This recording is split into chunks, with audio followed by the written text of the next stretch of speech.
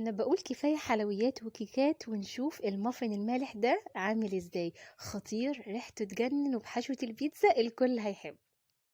يلا بينا على المقادير. 2 حبة من البيض، عليهم نص كوباية من اللبن، ربع كوباية من الزيت، علبة من الزبادي، معلقة من الخل، وكمان معلقة من الزعتر. هميكس كل حاجة مع بعض بالمضرب لحد ما يختلطوا مع بعض، مش اكتر من كده. نزلت بفلفل الوان، اي كولد كاتس عندكم، زيتون، وكمان جبنة رومي، وهقلب كل حاجة مع بعض. كوبايتين من الدقيق مع معلقة صغيرة من البيكنج باودر، بزودهم بالتدريج وبقلب لحد ما يبقى عندي عجينة قوامها تقيل أتقل من قوام الكيك العادي.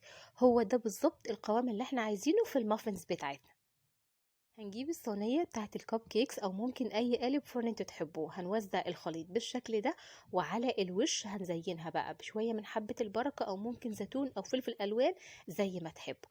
جاهزة إنها تدخل الفرن لمدة من 15 ل 20 دقيقة لحد ما تملى البيت وريحتها تجنن، مش هتقاوموا بجد حلاوتها. وبس كده.